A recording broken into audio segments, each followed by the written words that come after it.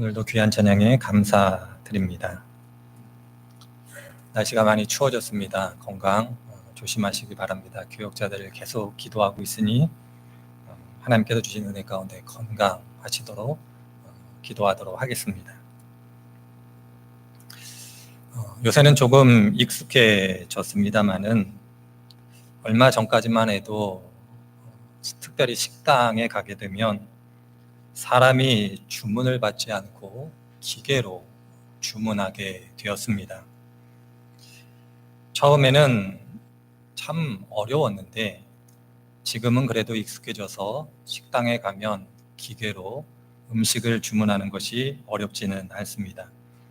그럼에도 불구하고 아직도 어른분들은 쉽지 않게 생각하시는 부분일 수도 있고, 또 다니던 식당이 아니라 다른 곳에 가서 다른 기계를 보게 되면 어떻게 또 주문해야 될까 이런 걱정을 하게 됩니다.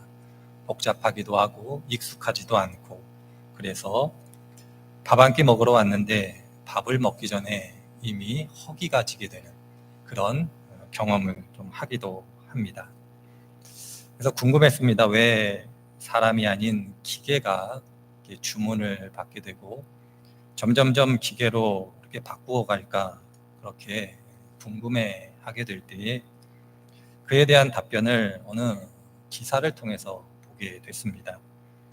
어떤 분들은 비용을 절감하기 위해서 기계를 사용합니다, 그렇게 대답하시는 분들이 있고, 또 어떤 분들은 사람을 관리하는 게 참 어렵습니다. 사람을 고용해서 일을 시켰는데 그 일을 잘 하지 못해서 어려움을 경험해서 그럽니다, 이렇게 대답하시는 분도 있고, 또 어떤 분들은 아예 사람을 구하기가 어려워서 기계로 대신하게 되었습니다, 이렇게 이야기하는 분들도 있습니다.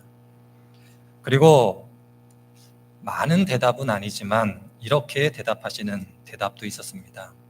우리가 하는 일은 정밀하고 완벽해야 하는데 사람을 써보니까 가끔 실수도 하고 원치 않은 그런 오류가 발생하게 돼서 기계를 사용하게 되었습니다, 이렇게 답하시는 분들도 있었습니다. 나름 대답이 이해가 되고 그럴 수 있겠구나, 이런 생각을 해보게 되었습니다.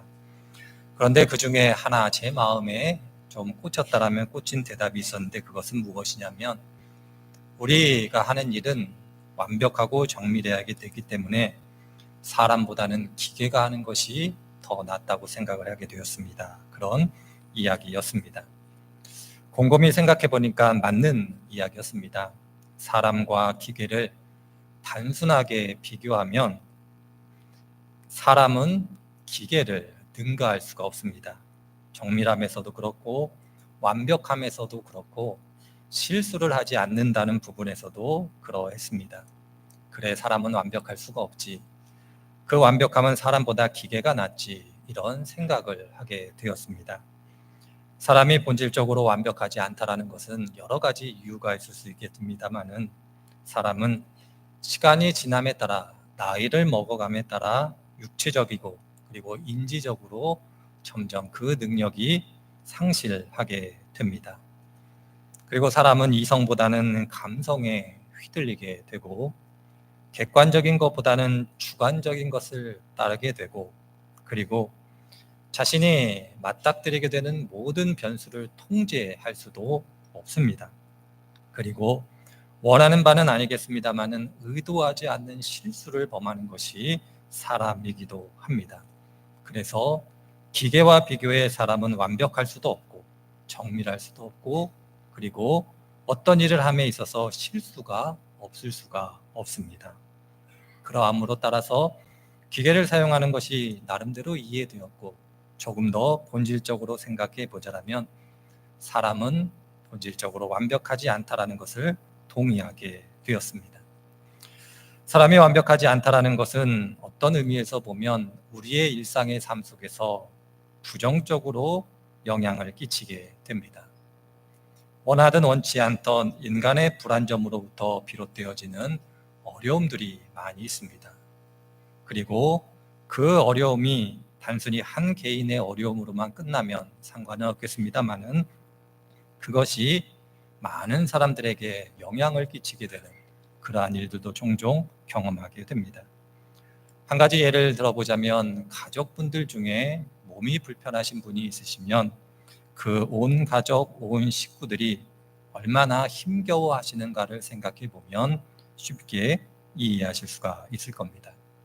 따라서 인간의 불완전함이라는 것은 우리의 인생, 우리의 삶 가운데 긍정보다는 부정적인 영향을 끼친다, 이렇게 이야기해 볼 수가 있을 겁니다. 그럴 때 저희들이 성경을 읽어보면 성경도 인간이 가지고 있는 이 불완전함에 대하여 부정적으로 여러 곳에서 묘사하고 있습니다. 사람이 불완전하기에 갖게 되는 여러 가지 일들이 있고, 그 결과가 어떻게 한 개인뿐만 아니라 그 개인이 속하여 있는 공동체에 부정적인 영향을 끼치게 되는가를 성경도 이야기하고 있는 것을 보게 됩니다. 그렇지만 성경은 단순히 인간의 불완전함을 부정적인 것으로만 그렇게 이야기하고 있지는 않습니다. 인간이 불완전하지만 그 불완전함이 오히려 우리의 삶 가운데 긍정이 될 수 있다, 그렇게 이야기하고 있는 하나님의 말씀을 목격하게 됩니다. 인간이 불완전함으로 인하여 어려움들이 있을 수 있지만 오히려 그것이 하나님의 은혜를 경험하게 되고 하나님께서 살아계심을 그렇게 체험하게 되고, 그럼으로써 불완전한 존재이나 그 존재 자체로 의미가 있음을 알게 된다, 그렇게 성경이 이야기하고 있습니다.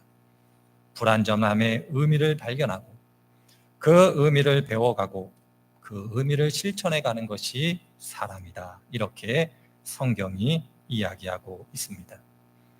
그럴 때 성경은 우리들이 이러한 하나님의 은혜를 체험하기 위해서는 우리들이 불완전하다라는 것을 머리로 아는 것이 아니라 우리의 마음으로 아는 것이 필요하다, 그렇게 이야기하고 있음을 또한 우리들이 알아야 할 것입니다. 그럼에도 불구하고 우리의 불완전함, 우리의 연약함을 머리가 아닌 우리의 가슴으로 아는 것, 이것은 사람의 노력으로 되어지는 것이 아니라 하나님께서 주시는 은혜다, 그렇게 또한 성경이 이야기하고 있습니다. 저희들이 지난주에 살펴본 것처럼 우리 가운데 계신 성령께서 알게 하시고 깨닫게 하시고 고백하게 하실 때에만 우리의 연약함을 머리가 아닌 우리의 마음, 우리의 가슴으로 알 수 있다, 그렇게 이야기해 볼 때 이 또한 하나님의 은혜고 하나님의 은혜의 역사하십니다, 이렇게 표현해 볼 수가 있을 겁니다. 그럴 때 우리들이 가지고 있는 이 연약함, 이 부족함이 어떤 의미에서 우리들에게 은혜가 되는가는 오늘 함께 읽은 말씀이 그 내용을 우리들에게 가르쳐 주고 있습니다. 오늘 함께 읽은 말씀은 지난주에 이어 사도 바울이 자신의 상황, 자신의 현상, 모습을 설명하고 있습니다. 지난주의 말씀을 통해서 사도 바울이 자기를 이해해달라, 그렇게 이야기를 했다라면 오늘 말씀은 왜 자신이 고린도 교회를 방문하지 않게 되었는가를 조금 더 구체적으로 설명하고 있습니다.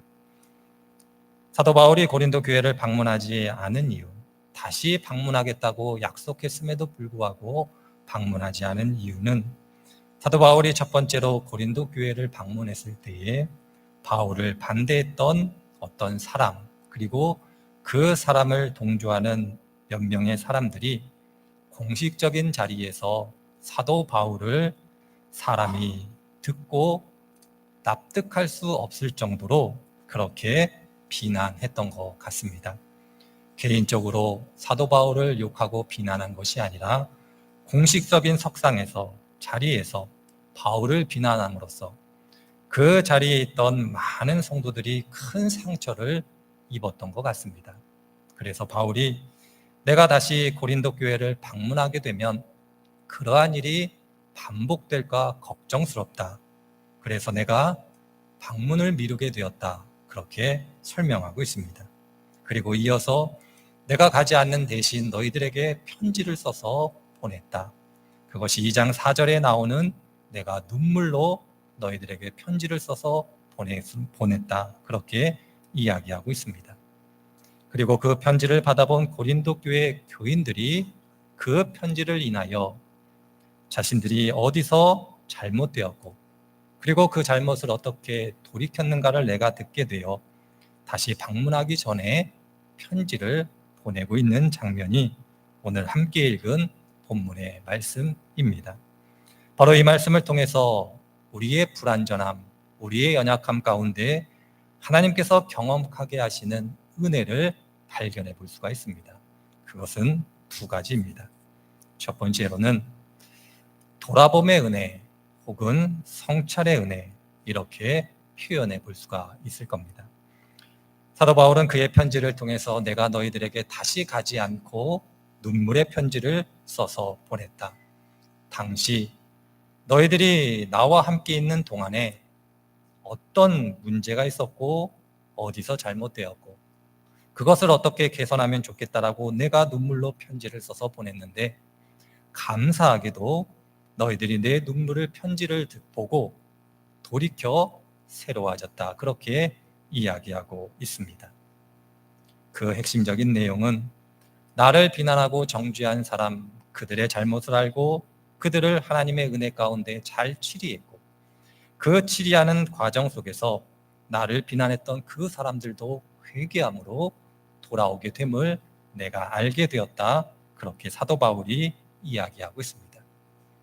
사도 바울의 이야기의 핵심은 다른 데 있는 것이 아니라 나의 눈물의 편지를 통해서 너희들이 스스로 자신들을 돌아보고 새롭게 된 데 있다, 이렇게 이야기해 볼 수가 있을 겁니다. 우리는 불완전하고 부족한 그러한 사람들입니다. 그러나 우리들이 하나님의 은혜를 따라 우리들이 불완전하다라는 것을 내가 진실이 알고 있다면 하나님께서 때를 따라 깨닫게 하시면 새로워질 수 있는 은혜가 주어짐을 오늘 사도 바울이 이야기하고 있습니다. 보통 하나님의 음성 이렇게 표현을 합니다마는 하나님께서 말씀으로 깨닫게 하실 수도 있고 누군가 다른 사람의 말을 통하여 깨닫게 하실 수도 있고 혼자 가만히 기도하는 과정 속에 깨닫게 하실 수도 있을 겁니다. 그런데 그렇게 하나님의 은혜가 우리들에게 주어졌을 때에 우리들이 나 자신을 돌아봄으로써 변화되어지는 그 은혜가 우리들의 연약함 가운데 주어진다, 그렇게 사도 바울이 이야기하고 있습니다. 돌이키고 뉘우치고 수정하고 개선하는 것, 그것이 바로 불완전한 우리들이겠습니다마는 불완전하기에 가능하다, 이렇게 하나님께서 말씀해 주고 계십니다.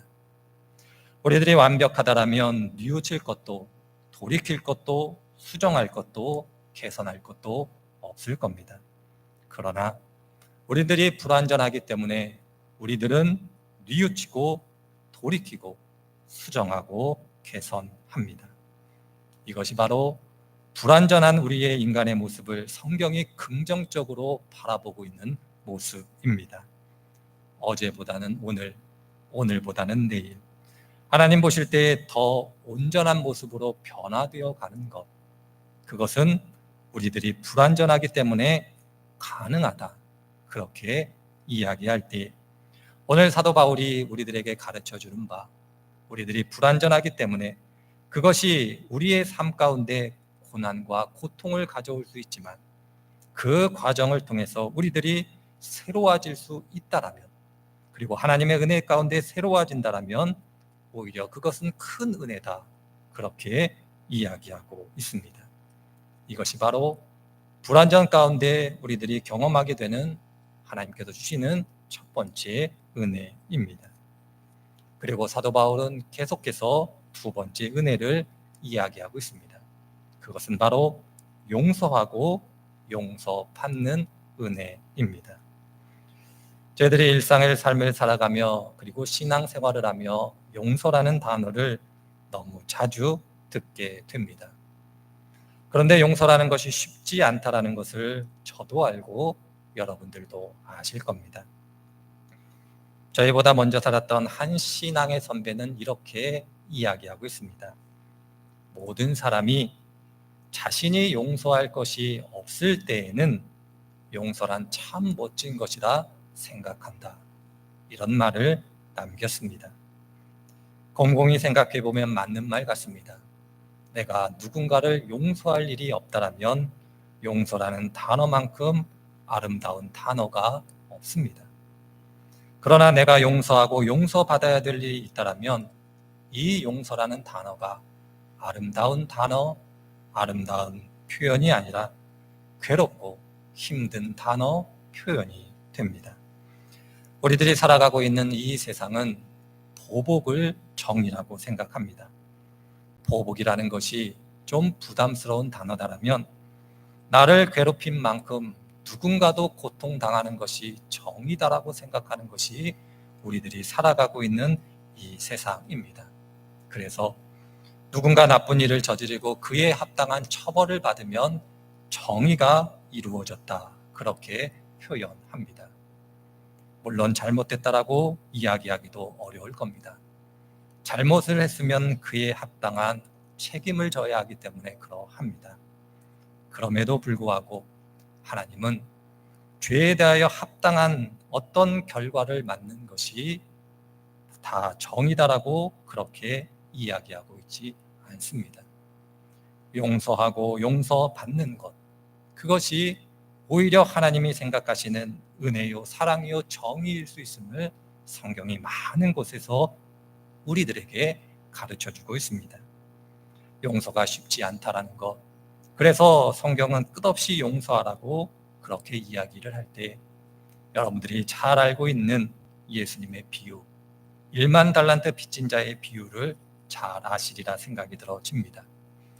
이 비유는 갑자기 나온 비유가 아니라 예수님의 제자 베드로가 예수님께 오와서 질문함으로 시작되어지는 그러한 비유의 말씀입니다. 어느 날 베드로가 예수님께 와서 질문합니다. 예수님, 나에게 형제가 죄를 범하면 내가 몇 번을 용서해 주어야 하겠습니까? 내가 7번 용서해 주면 되겠습니까? 그렇게 예수님께 묻습니다. 그러자 예수님께서 대답하십니다. 7번 용서할 것이 아니라 7번씩 70번 또 용서하라고. 그리고 그 말씀을 더 이해하기 쉽도록 하시기 위하여 하신 말씀이 1만 달란트 빚진 자의 비유의 말씀입니다. 1만 달란트 빚진 자가 자신의 빚을 탕감받게 됩니다. 그리고 기쁜 마음으로 그 자리를 떠나 집으로 가다 자기 자신에게 100데나리온 빚진 자를 만나게 됩니다.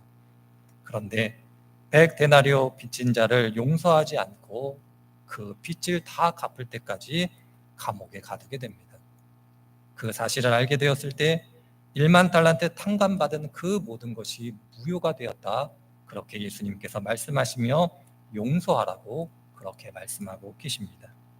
용서는 하나님께서 우리들을 용서하셨기 때문에 다른 사람을 용서하는 것이다.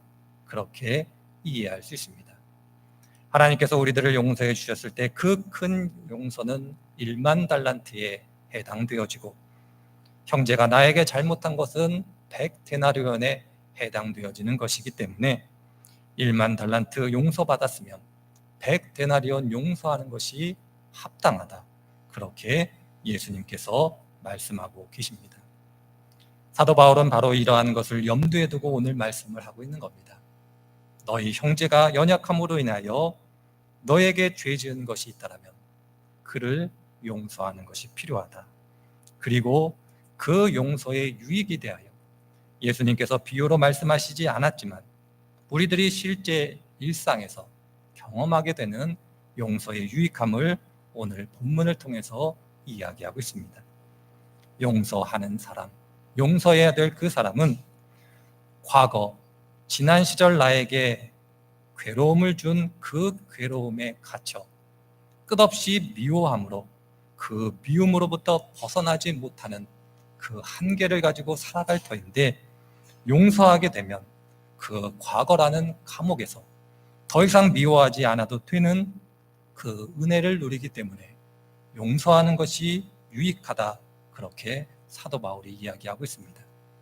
그리고 용서받는 입장에서는 회개하고 뉘우쳤으나 정작 내가 잘못한 그 사람이 나에게 와 당신을 용서했습니다, 이 이야기를 듣지 못해 슬퍼하고 그 슬픔 가운데 짓눌려 있을 수 있는데, 내가 그에게 다가가 용서한다라고 이야기를 하면 그 뉘우친 사람이 그 슬픔으로부터 벗어날 수 있다. 그렇게 사도 바울이 권면하고 있습니다. 용서하는 사람도 용서받는 사람도 용서를 통해서 유익함을 누릴 수 있다. 그렇게 이야기합니다. 그리고 그 용서하고 용서를 받는 사람들을 목격하는 또 다른 사람들에게는 용서하고 용서함 받는 사람이 진실이 하나님 앞에서 예수 그리스도 안에서 신앙의 길을 걸어가며 그가 용서하라는 말씀에 순종하는 것을 목격하며 함으로써 하나님이 누구시고 하나님이 어떠한 분인가를 알게 하는 그러한 은혜의 역사함이 용서함 가운데 있다. 그렇게 사도 바울이 이야기하고 있습니다. 용서는 그런 의미 속에서 용서하는 사람에게도 용서를 받는 사람에게도 그리고 용서하고 용서하는 것을 바라보는 그 누군가에게도 유익함이 된다. 그렇게 사도 바울이 말하고 있습니다. 인간은 불완전합니다. 그러하기에 그 불완전 가운데 누군가에게 고통을 줄 수 있습니다. 그러나 용서하고 용서함을 통해서 그 불완전함이 완전해진다. 그렇게 사도 바울이 우리들에게 권면하고 있습니다. 중요한 것은 하나님 앞에서 온전하고 완벽한 사람은 아무도 없을 겁니다. 그리고 그로 인하여 우리들 가운데, 우리들의 인생 가운데 부정적인 어떤 일들이 발생하게 될 겁니다. 그러나 성경은, 하나님은 우리들에게 말씀하십니다. 너희들의 연약함과 부족함이 부정적인 것이 아니라 긍정적인 것으로 바뀔 수 있다라고.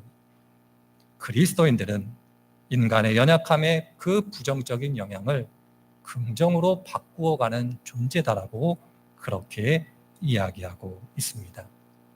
상호 부족한 것을 채워줌으로써, 상호 연약하고 나약함을 인정함으로써 하나님 안에서 하나님의 은혜를 경험할 수 있다. 그렇게 이야기하고 있습니다. 오늘은 교회력에 따르면 종교개혁주일로 그렇게 모이는 주일입니다. 저희들이 종교개혁을 맞이하면서 많은 분들이 이야기합니다. 이것도 바꾸어야 되고 저것도 바꾸어야 되고 이것도 새로워져야 되고 저것도 새로워져야 된다. 그렇게 이야기를 합니다. 그래서 바꾸기도 하고 새롭게 하기도 합니다. 그러나 어느 시간이 지나고 어느 시점이 되면 개혁이라는 이름으로 바꾸었는데 그것이 다시 개혁의 대상이 되는 그러한 현실을 목격하게 됩니다.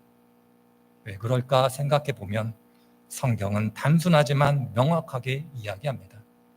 개혁은 어떤 제도, 어떤 규칙을 바꾸는 것이 아니라 너 자신을 바꾸는 것이 개혁이다. 그렇게 이야기하고 있습니다. 이것을 조금 더 노골적으로 설명하면 문제는 다른 데 있는 것이 아니라 너에게 있다. 그렇게 하나님께서 말씀하고 계십니다. 우리의 부족함, 우리의 연약함, 그것이 우리의 삶 가운데 많은 문제를 가져오게 됩니다. 고린도 교회도 연약한 사람들의 모임이었기 때문에 많은 어려움이 있었습니다. 그럼에도 불구하고 하나님의 은혜를 따라 사도 바울의 권면을 따라 그들이 자신들의 연약함을 인정했을 때에 그 교회는 아름다운 교회가 되었고 많은 사람들이 고린도 교회를 통해서 어떻게 하나님의 은혜가 경험되고 나누어지는지 체험하게 되었습니다. 마찬가지입니다. 우리들이 실제적으로 사람들이 모여 있다라면 부족함과 연약함이 보이게 될 겁니다.